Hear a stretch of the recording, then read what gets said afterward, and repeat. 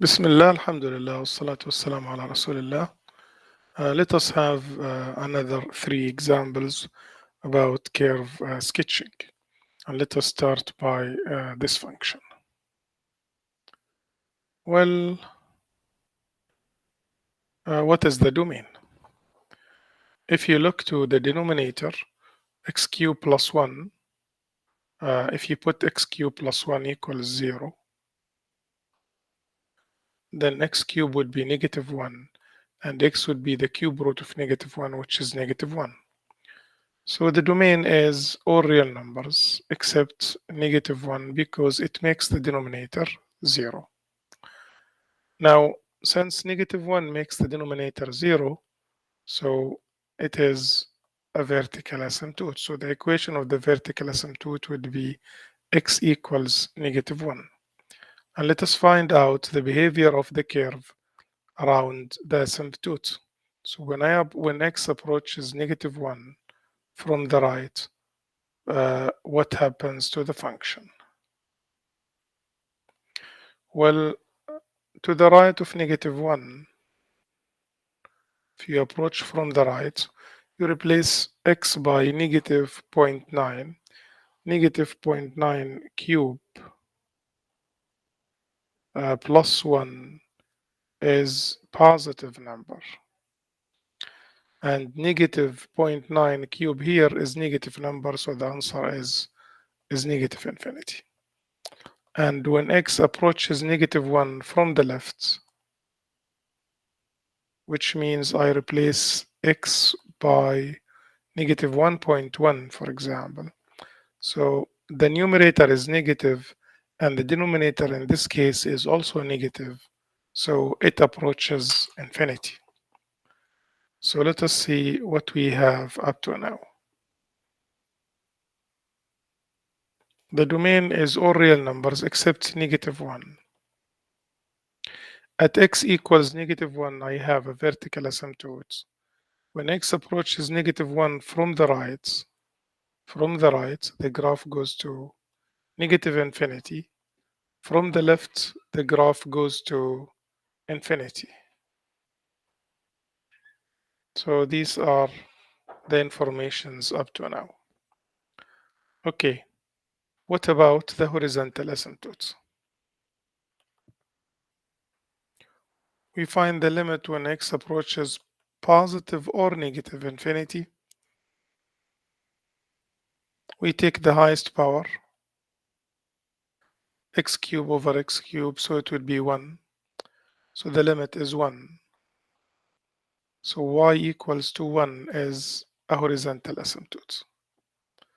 So there is a horizontal asymptote at y equals to 1.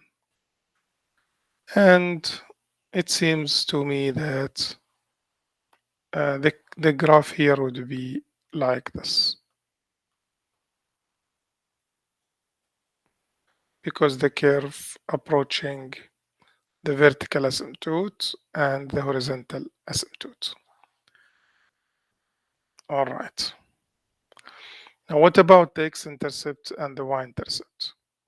Well, the y-intercept, if I put x0, the y-intercept is 0. And the zeros of the numerator, there is only one zero of the numerator, which is 0, so the x-intercept is also 0. So the graph passes by the point 0, 0. All right. So it intersects the no, it doesn't. No, this is the point 0, 0, sorry.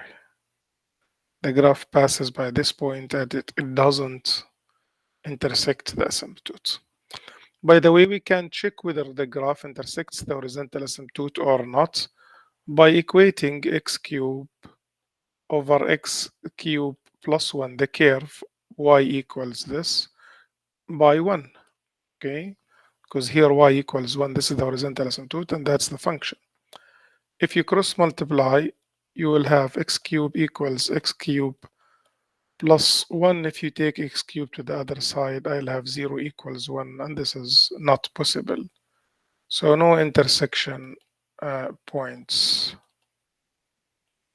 between horizontal asymptotes and the curve. You can always check this. All right. What else? Asymptotes, domain, symmetry. Is it symmetric? Let us find f of negative x. This is f of x, so if I replace x by negative x, I'll have negative x cube over negative x cube plus 1. And this is not equal to f of x, and it is not equal to negative f of x, because negative of f of x is negative x cube over x cube plus 1, or it is x cube over negative x cube minus 1. If I multiply the negative by the numerator, it would be like this. By the denominator, it would be like this. And neither of these is equal to f of negative x. So the function is neither even nor odd. No symmetry. And we can see that from the graph. Yeah, no symmetry. All right. So what about f prime? We will use the quotient rule. So we will have x cubed plus 1 square. The derivative of the numerator is 3x squared times x cubed plus 1, that's the denominator, minus x cubed is the numerator times the derivative of the denominator, which is 3x squared.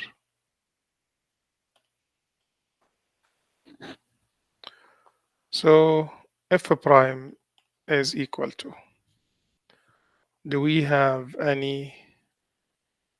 Yeah, I have 3x squared. I can take 3x squared as a common factor. So I'll have x cubed plus 1 minus x cubed.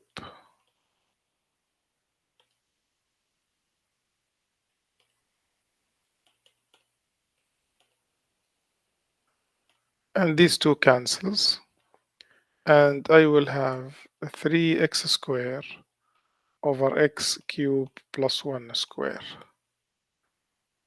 So this is f prime. Now, f prime does not exist when x is -1. It makes the denominator 0, but -1 is not in the domain, so it's not a critical number. F prime is 0 at x squared equals 0 means x equals 0. So the only critical number is 0 when x is 0. We can check the signs of f prime. This is 0. And also we can put the -1 here. It's okay. Because it's not defined at -1. Although the sign does not change around -1 because it's squared. So we can see that the numerator is square, the denominator is square. It's always positive. Actually, f prime is always positive. If you replace x by 1 or -half or -2, any number, f prime is always positive. There is no need of this table. So the function is always increasing and no local extreme. No local extreme. So it is increasing, yes, here. And here then it would be increasing. It passes by 0, 0, so it has to be like this. It will go to 0, 0 and like this, maybe, okay. Maybe this is the graph of this function. It's always increasing. No intersection with the horizontal asymptotes. No local extreme. Okay, let us check concavity. Well, again, I will use this definition. I will use the quotient to rule. So x cubed plus 1 to the power 4. The derivative of the numerator is 6x times x cubed plus 1 to the power 2 minus 3x squared, the numerator, times the derivative of the denominator using chain rule 2 times x cubed plus 1 to the power 1 times the derivative of x cubed plus 1, which is 3x squared. Now let us see what is the common factor. X cubed plus 1 is here to the power 2 and here to the power 1. And of course I have x and I have 6. 2 times 3 is 6. So 6x times x cubed plus 1 is in fact the common factor. So the first term divided by the common factor, I will have x cubed plus 1. Now minus 3, 2 have been taken. One of this x has been taken and x cubed plus 1 has been taken. So let me cancel x cubed plus 1, cancel the 3, cancels the 2, and one of the x. So I will have actually 3x squared times x, 3x cubed. So 3x cubed.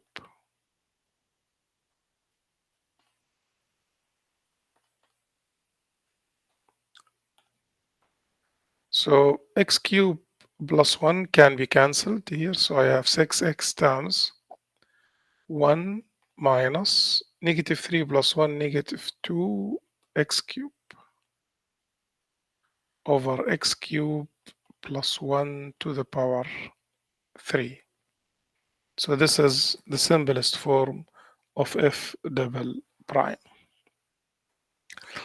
Now, it does not exist when x prime when x is negative 1. Negative 1 again is not in the domain. It is 0 when either x is 0, so x is 0, or 1 minus 2x cubed is 0.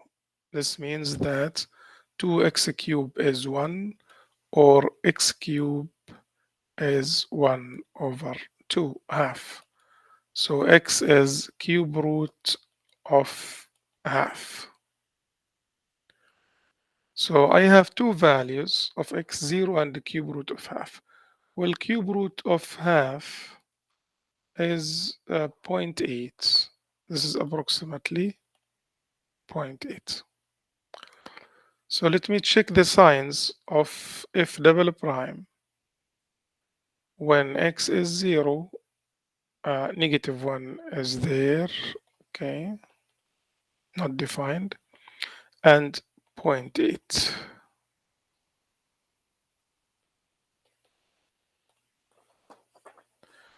Well, if I replace x by a number greater than 0.8, say 10, okay, or 1 or 2, whatever, I will have negative here. 1 minus 2 times this would be negative.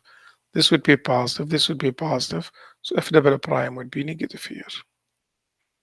Between 0 and 0.8, 0.1, for example, okay?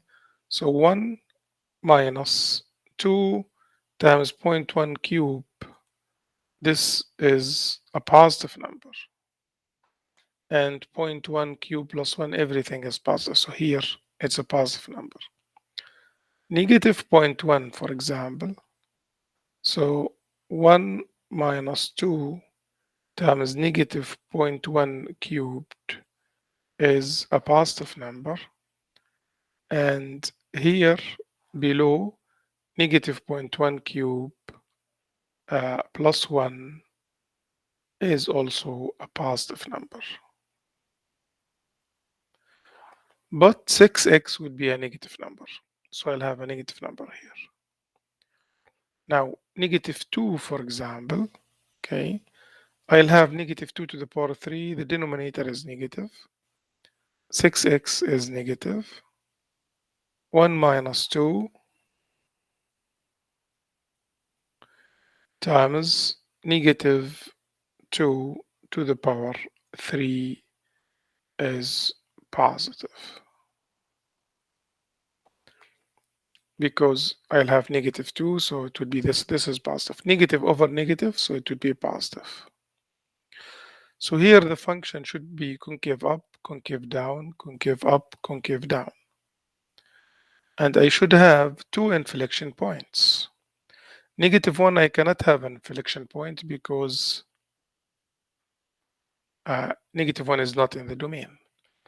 But 0, at 0, there is an inflection point and the graph passes by 0. So 0, 0 is an inflection point. And also 0.8 or cube root of half, at 0.8 we have an inflection point. So cube root of half, if I put it in the equation, I have cube root of half to the power 3, that's half, over cube root of half to the power 3, which is half. So if you put cube root of half in the calculator, you in the function, you will have 1 over 3. So this point, 0.8, approximately 0.8, this is 1.8 and 1 over 3. This point exactly is an inflection point. So these 2 points are inflection points. Okay. So concave up from negative infinity to negative 1, that's correct. Concave down from negative 1 to 0, that's correct. From 0 to 0.8, it should be concave up. Okay, so this part is not correct now. This is okay. Here it is concave down. Okay. But now here it's concave up. It's concave up. And then it becomes concave down again. There is no local extreme, so it's not really here any local extreme, but it's just the concavity changes. So the concavity here changes. So here the concavity is down, here the concavity up, and then here the concavity is down. So that's the graph of this function. I think it's like this. If you want to replace x by negative 2, negative 1.1 to make the graph more accurate, but this is an acceptable graph. Pay attention to the concavity then here. So it's not going like this. If it's going like this, it would be concave down. No, there are two inflection points. These 2 points, the concavity changes at these 2 points. This is the next exercise, x minus 3 times square root of x. Well, using the domain, or what is the domain? We know that square root of x has to be greater than or equal to 0. So the domain is from 0 to infinity. So the graph would be only from 0 to infinity. 0 is an end point of the interval. So I'd like to know what happens to the function. What is the limit of x minus 3 times square root of x when I approach 0 from the right? I cannot approach 0 from the left, okay, because it's not defined. But from the right, if I approach 0 from the right, if I replace x by 0, 0 minus 3 times 0 is 0. Okay, so the function approaches 0 when x approaches 0 from the right. And the x-intercept, if you put y0, I have two x-intercepts. Either x minus 3 is 0, so x is 3, or square root of x is 0, so x is 0. So let me now put this information in the graph. The graph is from 0 to infinity. 0, 0 is a point on the graph, and 1, 2, 3, 3 is an x-intercept. So 0, 3 are x-intercepts, and when when x approaches 0 from the right, the graph approaches, the y approaches 0. But does it approach 0 from here or from here? We don't know. But the graph approaches 0 when x approaches 0 from the right. Okay. The y-intercept, if you put x0, the y-intercept is 0. So it passes by 0, 0. And also I have 3, 0, these 2 points. All right. So no vertical asymptote then, because we checked at 0, it's not a vertical asymptote. Okay. Do we have a horizontal asymptote? Let us see what happens. What is the limit when x approaches infinity? Can we find the limit when x approaches negative infinity? No, we can't, because the domain is from 0 to infinity. X does not go to negative infinity. Good. So infinity minus 3 is infinity, square root of infinity is infinity, infinity times infinity is infinity, so the limit is infinity. Okay, so after a 3 here, it seems that the graph goes to infinity. Doesn't have to go like this, for example, as a curve. It goes to infinity. So there is also no horizontal asymptotes. So no horizontal asymptote, no vertical asymptotes. Symmetry, let us find f of negative x. Well, I will have negative x minus 3 and square root of negative x. Well, in this case, uh, of course, square root of negative x uh, means negative x is positive, so x is negative in this case. But x cannot be negative, okay? So uh, the function is neither, okay? Even we cannot find this because the domain is from 0 to infinity.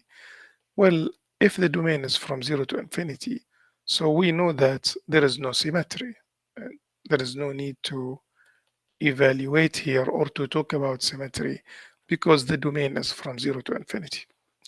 Symmetrical about the y-axis, we need the domain to be all real numbers or something to the left and something to the right of the y-axis. But the domain here is just from 0 to infinity, so there is no symmetry. No symmetry. All right, and you can say the reason, since the domain is from 0 to infinity. So this is enough that there will be no symmetry. Okay, let us find f prime then. I will use the product rule. Derivative of x minus 3 is 1. Derivative of square root of x is 1 over 2 square root of x. So this is f prime, and I can add these two fractions. So I'll have 2x plus x minus 3.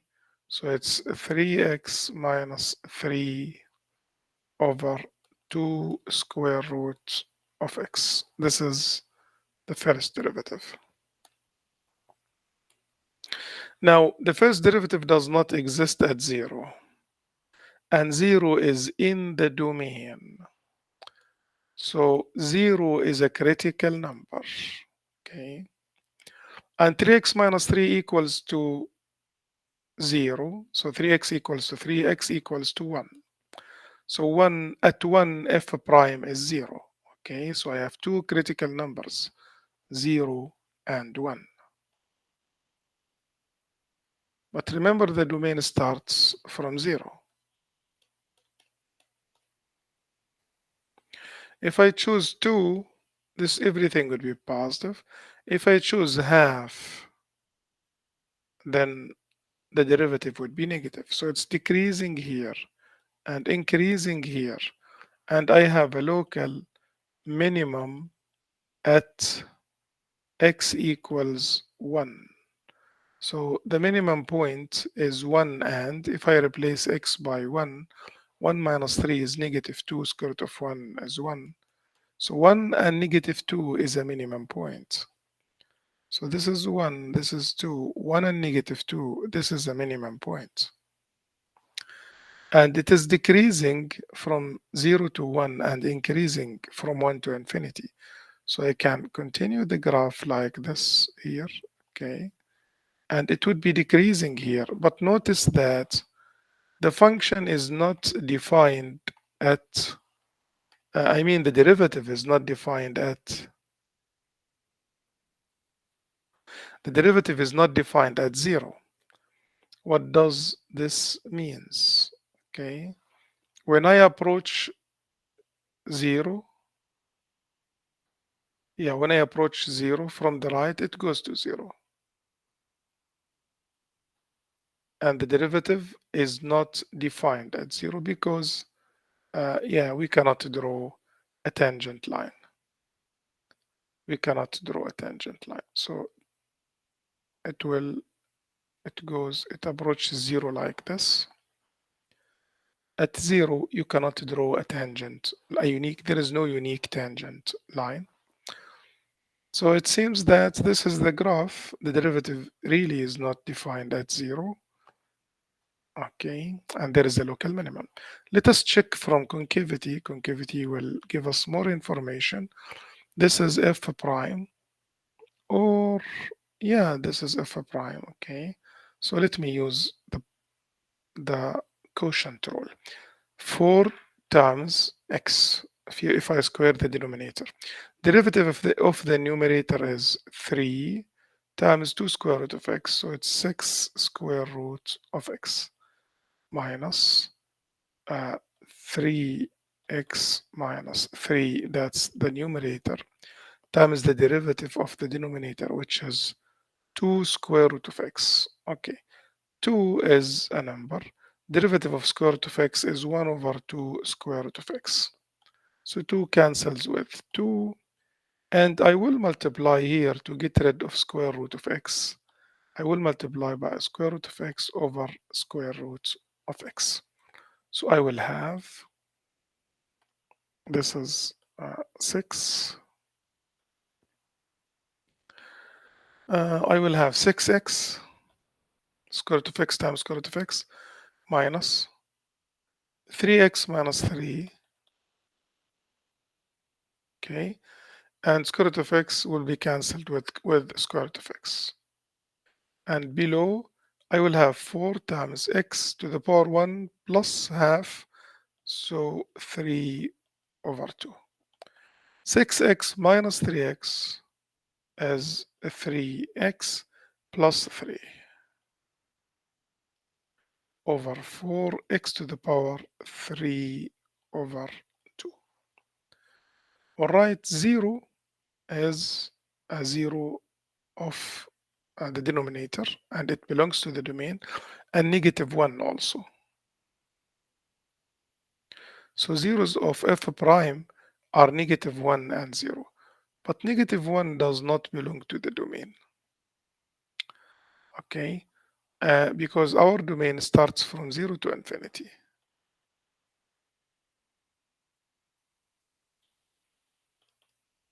So if you choose any number greater than 0, sorry, then f double prime would be always positive.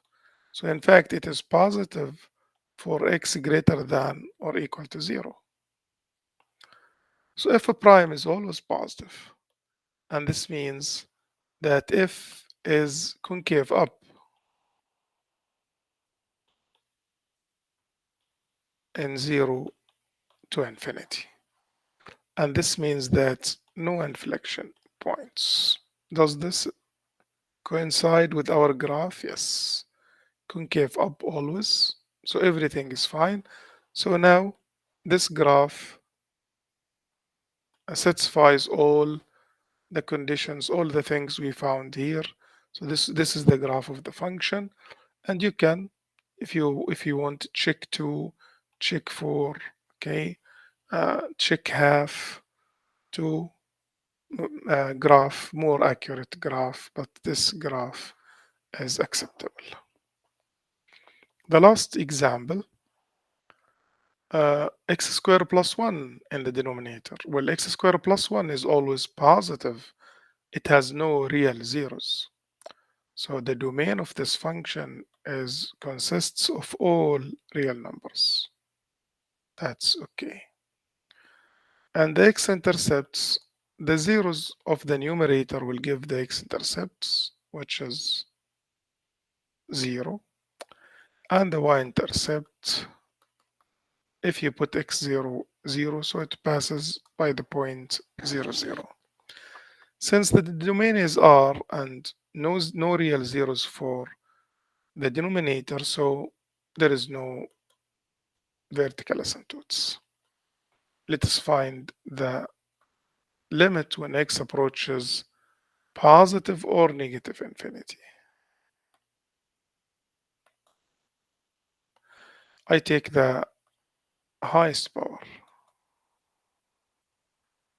Well, there is a difference now between positive and negative infinity. So let us deal with the infinity first. Why there is a difference between now when x approaches infinity, x is positive. So square root of x squared is in fact absolute value of x, and because x is positive, so absolute value of x would be x, so the limit is 1. While when x approaches negative infinity, this means that x is negative.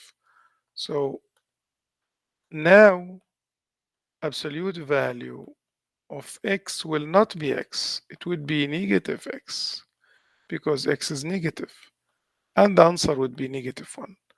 So we have two horizontal asymptotes, y equals 1 and y equals negative 1. And this is very important point. You pay attention to it.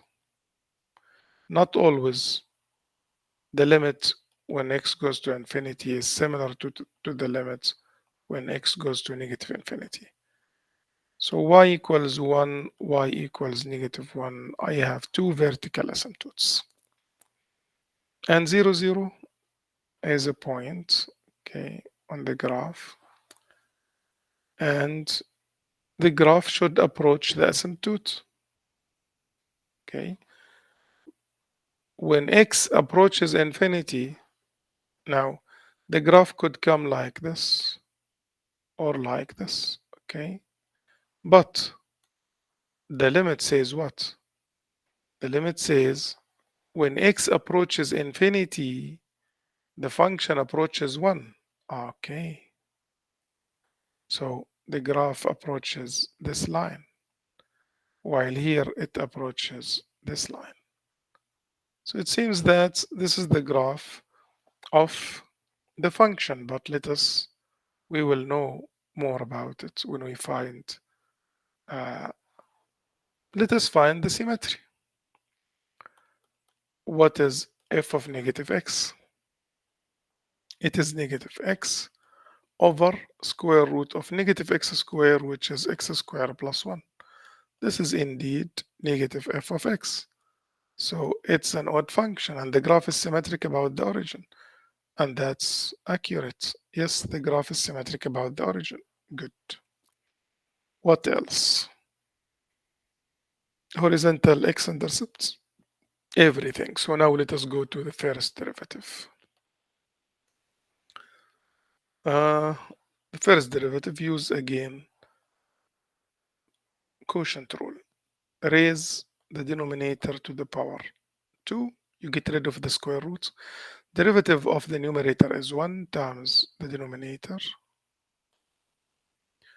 minus x, the numerator, times the derivative of the denominator, which is 1 over 2 square root of x squared plus 1 times the derivative of x squared plus 1, which is 2x. Now, to get rid of the square root, 2 cancels with 2. So I will multiply by square root of x squared plus 1, over square root of x squared plus 1. I'll have x squared plus 1 to the power 1 plus half, which is 3 over 2. And now square root of x squared plus 1 times square root will be x squared plus 1 minus.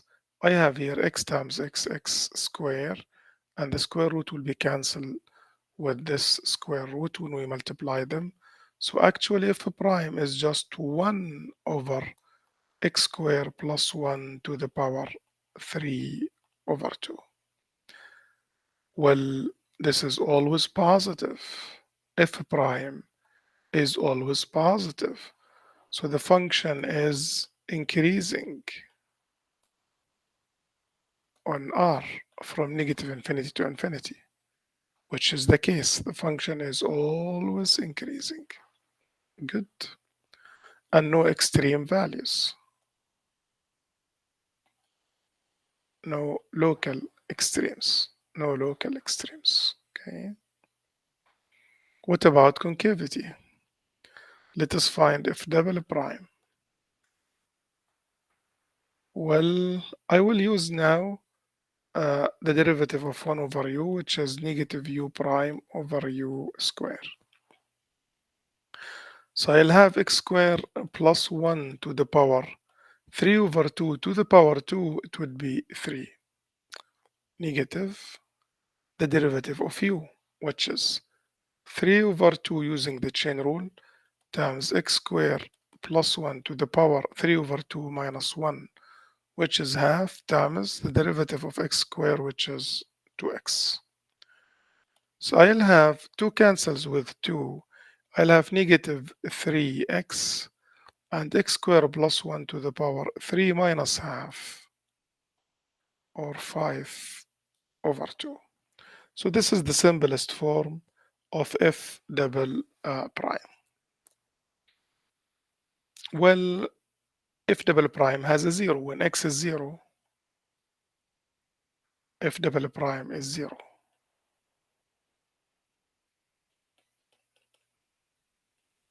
But the denominator cannot be 0. It's always positive. Choose 1, this would be negative. Choose negative 1, this would be positive. So it's concave up, concave down, and there is an inflection point at 0, 0. So yeah, it's concave up. So let us make it better. It's concave up here, okay, and concave down here. And 0, 0 is an inflection point, concavity changes. So that's the graph of this function, and that's the end of this section. I hope you enjoyed curve sketching. Good luck.